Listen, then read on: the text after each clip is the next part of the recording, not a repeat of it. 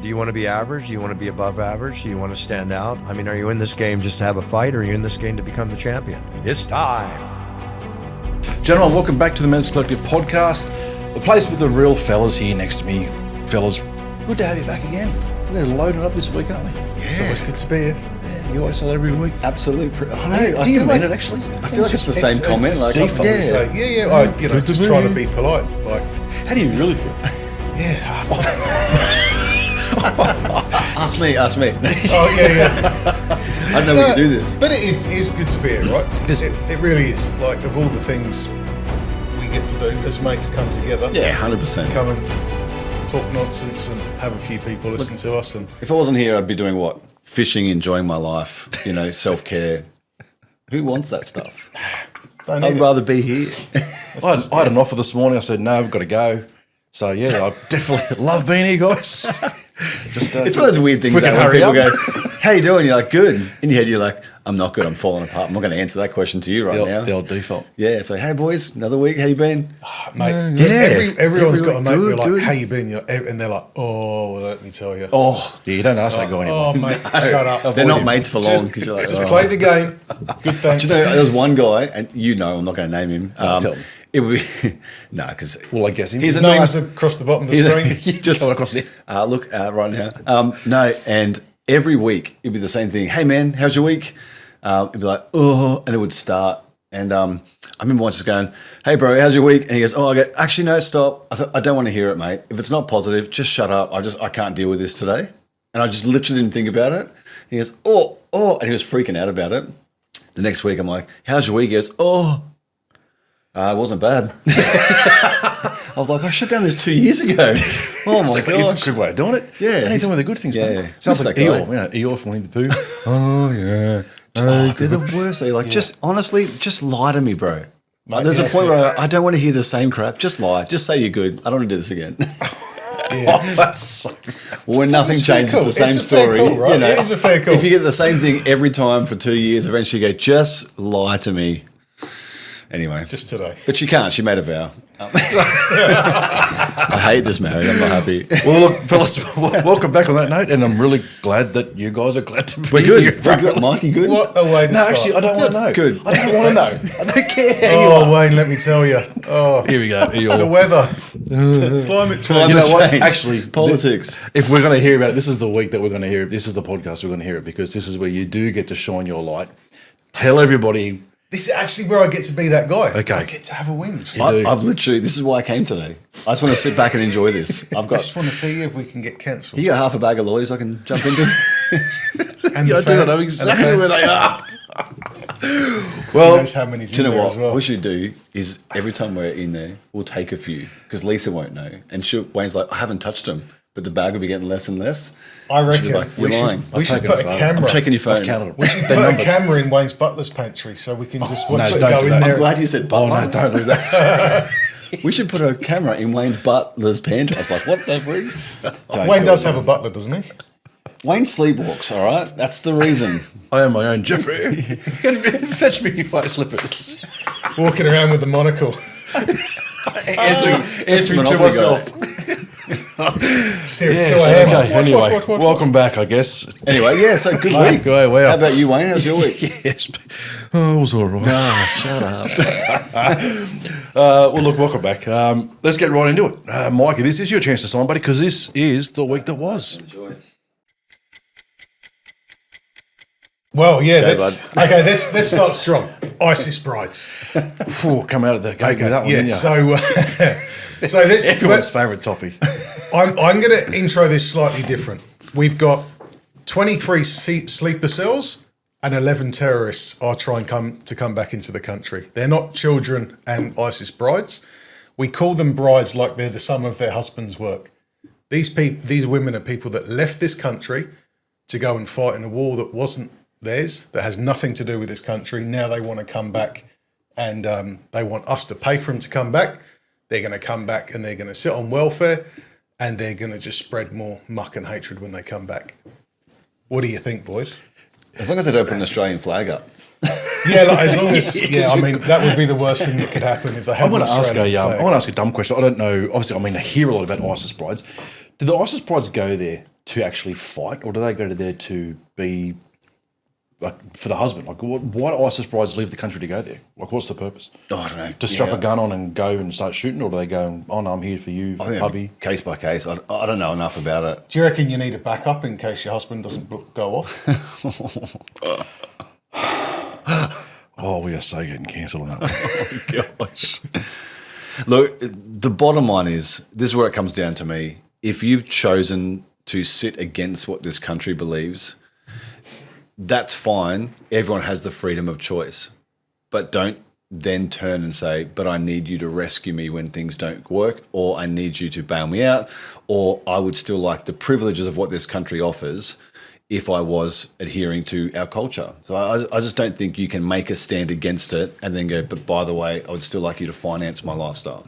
Yeah. I think people are free to make a choice. And if that's the choice you make, go for it. Like, everyone is available to have their choice, but then don't come back and ask the government to fund the lifestyle you've chosen that sits against everything we believe as a country. If it's not what you believe, that's fine. Everyone's entitled to their beliefs, but find a place where your belief fits you and your environment and live there happily if that's you. Yeah. And that's where I come back to. I mean, there'll be a different reason behind every woman making that choice, right? We're not going to know those.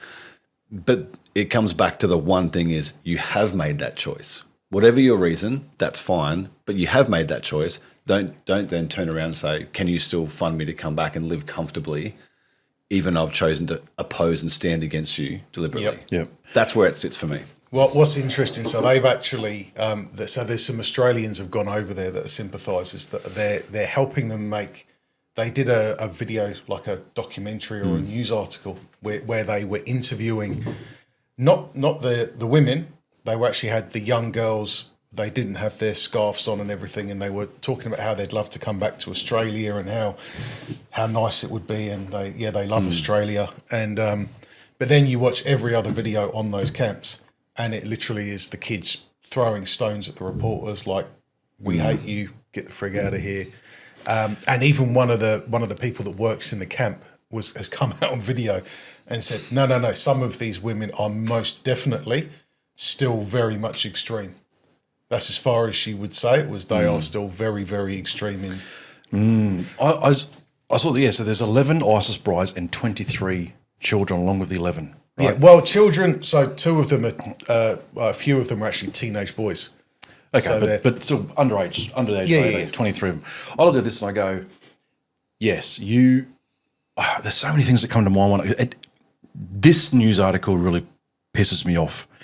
I hate it on so many levels. I look at it and I go, I guarantee, I don't know the situation of these women, like you said, you don't know it, but I guarantee not one of them come back here and have a job. I guarantee it. Yep. So they're government funded, right? Government supported welfare, right? You've come here, lived that way, then gone there to to strengthen your ideology against what your country that supports you stands for. You've taken young children with you, right? What are those young kids seeing with their eyes and experiencing and hearing with their ears while they're there? They're getting groomed into this ideology as well. Like, oh, there's dad, and dad's holding 2 guns and throwing grenades, and the mum's there going, yeah, this is what we do, kids. This is life. Yeah. Then those kids come back here doing what? Want to be like dad because I just saw this is the and look, don't hold this against me ever. Hold this against me. Promise me. I think it's the first time ever I've seen Albo with a set of balls because he's not leaning back in yet. I hadn't finished, right? Listen. No, go on, you go on. Because he's made a statement. I saw yesterday. He made a statement going, oh, they made the choice to leave. So, and I go, great, yeah, because he was saying, you made your bed, so you line it. Yeah, great. I agree with you. Well done, Albo. But I don't reckon it's going to stop there. I reckon they will come in. They will. And I'll tell you why they will come in, because whilst Albo says, oh, no, they shouldn't come back, we're not going to help them, Australia has sent delegates over there to usher them through this process, and they are giving them new passports. So they're going to usher them back in. I guarantee they come back. So they'll be Labor voters Albo, when they come back in, that's why. Well, they will, right? Probably backbenchers. Yeah. That's their job coming back. You said they haven't got a job, but I mean, honestly, seats to fill in Marrickville. we can joke about this, but look at in America, the crisis going on about Somalian Muslims becoming mayors of whole areas, and just like the amount of money getting siphoned through. Like, we joke about it, but if it's not carefully looked at, it's a very real possibility that not only coming back, but not only getting a job, but getting a job with power and influence. Yep. This is the reality of, because we have opportunity in this country to thrive, if no one's holding anyone accountable for their actions, we say, there's not a job to come back to. The reality is, if they really want to push for it, they probably can get a job of influence. Not just a job of influence. That's what's scary. Yeah. Yep. So the fact that we're allowing passports to be made to come back in, like, that should be it. You've chosen to not just leave, but leave with that as your, your vocation. That should be the revoking of all passports from now on. Absolutely. Awesome. Enjoy. We'll help send you off. We release you. Thank you for being a part of our culture. But that ends for you now from this choice. Yep. You know, when people, Australia Day comes around every year, and we see the whole, these people have become citizens, and we congratulate them and pat them on the back and go, great, awesome, fantastic, right? And you do see a lot of people that have come from other countries, made this their home, and they are amazing contributors to society. Doctors, teachers, people that, okay, fantastic, right? But when that Australia Day comes around and you see these people come through, they go through a bit of a test. When was Australia founded, or who was the 14th Prime Minister? But there's like a test that they go through to show that there is an understanding and a belief about the culture of Australia that you have learnt history. I wonder if there should be like Steve, you and I have gone through this process of when getting into leadership in church-style background. There's that they call a statement of faith, where they have a list of things to go, hey, for you to be a part of what we're doing, this is a statement that you're going to tick these boxes, sign the bottom, because you're going to say you believe and stand by these things, so that we are all in unison here moving forward. Should there be something in Australia to say, hey, listen, if you want to be an Australian citizen, here is a checklist that you need to fill out to say you will agree. I mean, we call them laws because we basically go, well, there's a law in play, you break the law, but nothing happens. It's a slap on the wrist. Yeah. There needs to be you must adhere to this. The assumption in that, though, is that they actually believe in it and will follow it.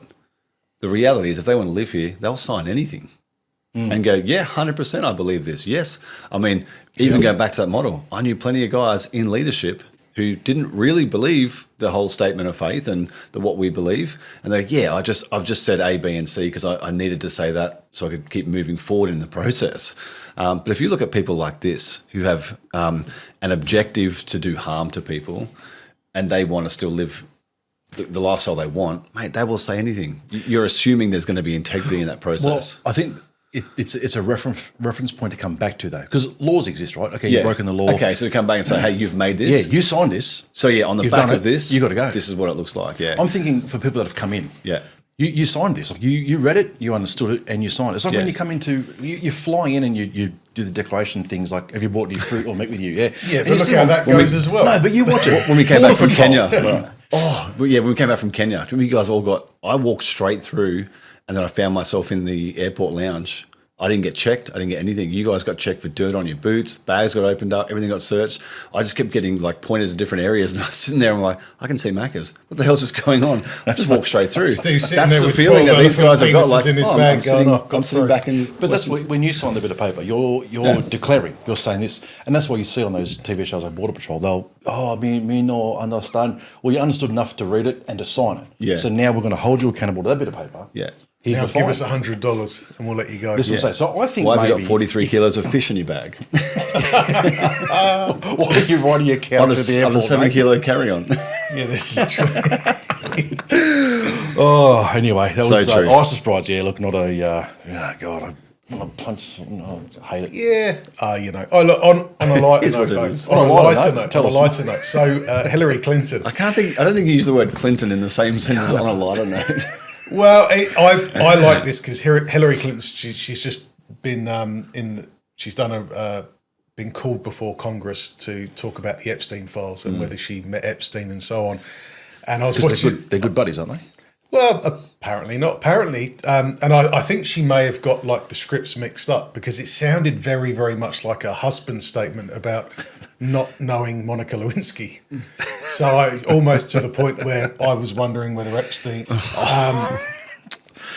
So yeah, apparently Hillary definitely hasn't ever met Jeffrey Epstein. There we go. So she's come out and testified saying never in met a court him, under oath, and- saying she doesn't know him. Yep. I think everyone's saying that at this point. Hillary. I'm wondering who he didn't meet. I'm personally going, guy well, how was come I never networked. met him? Well, Mikey, have you? Do we need to go to I have not had relations with that. Hillary, come on. No, but it's interesting how far this is spreading. Hey, like every name that's come up related to it, you think, geez, how deep was that network of people? And I mean, is it met because they're at the same function and they said hi and there's a photo, right? We don't know all that kind of stuff, but it just keeps like there's another layer that keeps unfolding about who's actually been involved with this. It raises It is so global and it's huge. from the political side of it. You go, well, Hillary and Bill would be like the left wing royalty in America. Now, if she never met Epstein, her husband like holidayed there twice a year for how many years? Like, how did you not meet the fella that it's a your lot of husband crap. was holidaying with? The Clintons are known for they're just lies, mate. Everything's lies. Everything is lies. So, guys, if I'm not here next week, I definitely didn't commit suicide. When was it? Didn't do it to myself. There you go. And look, this I know we're a bit pushed for time, so I'll go one more.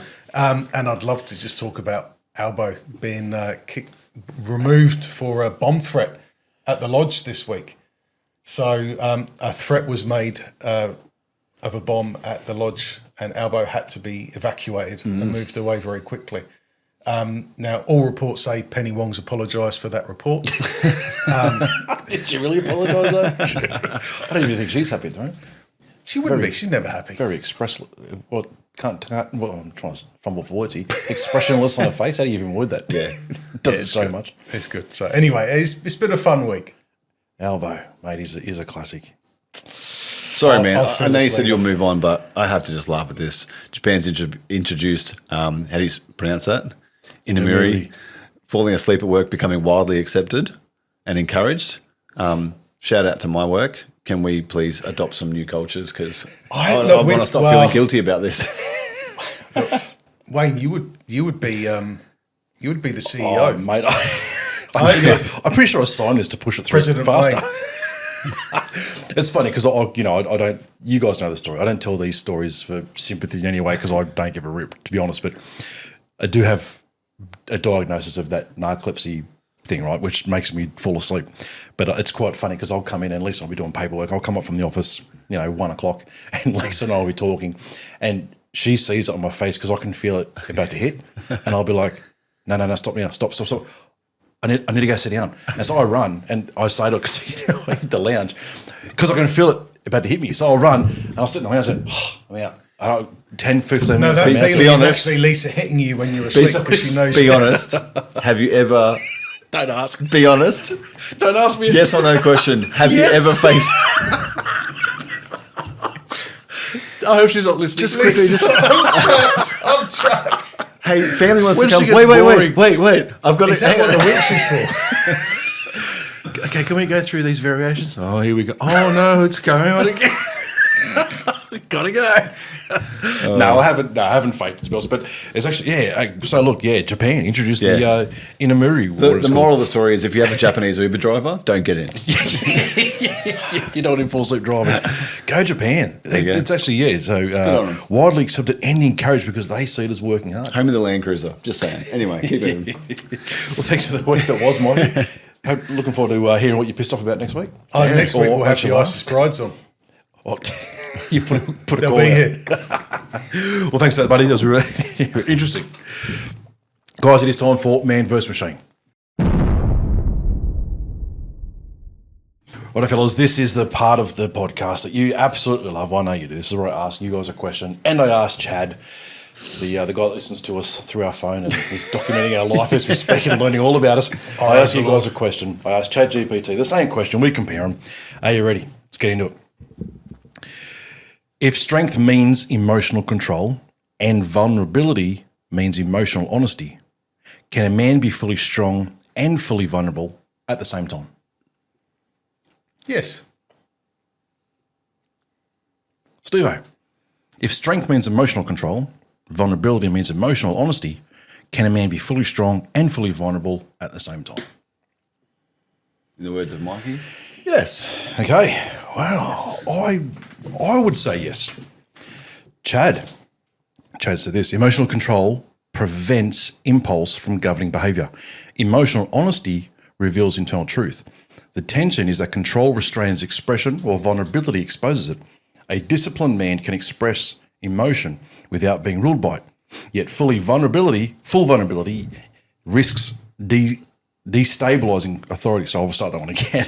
Yet vulnerability risks destabilising authority if not measured. Too much control leads to expression. Too much exposure erodes steadiness. The difficulty lies in balance. Strength and vulnerability may not oppose each other, but they rarely coexist with tension. If you had have asked us, that's what I was about to say. I had half that written down, but yeah, well done, Chad. No, you just literally read my response. What does Chad say? Yeah, not what I've written down. This is what Chad thought you guys would say. So I asked Chad, what do you think the guys would answer if strength means emotional control, blah, blah, blah. Okay. Blokes would say you can be both. But when it comes down to it, we're clamped down. Show too much and you feel exposed. Show too little, you feel fake. The line is blurry. No one teaches men how to walk it. That's why most default to silence.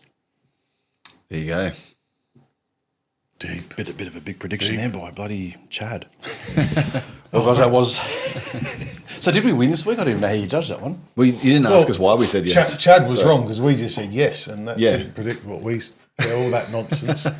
Mate, I think Chad's way off this week. Maybe he was right. He said we'd clamp up, and we just said yes. Jeez. You keep surprising us, Damn Chad. Every time we think we've won, it doesn't. Well, that was Man Merch Machine. Interesting. Chad, you are a weird creature. Right, guys, it is time for Joe Moment.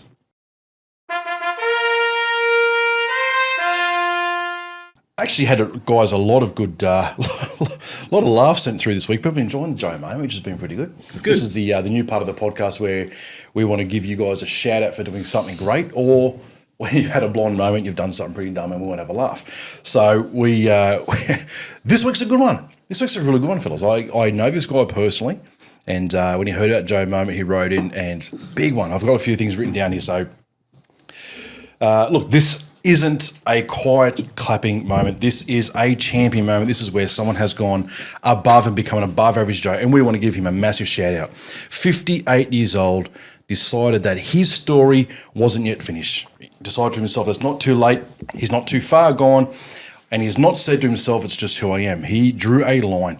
15 straight months of discipline, 15 straight months of clarity, 15 straight months of choosing strength when weakness would have been easier.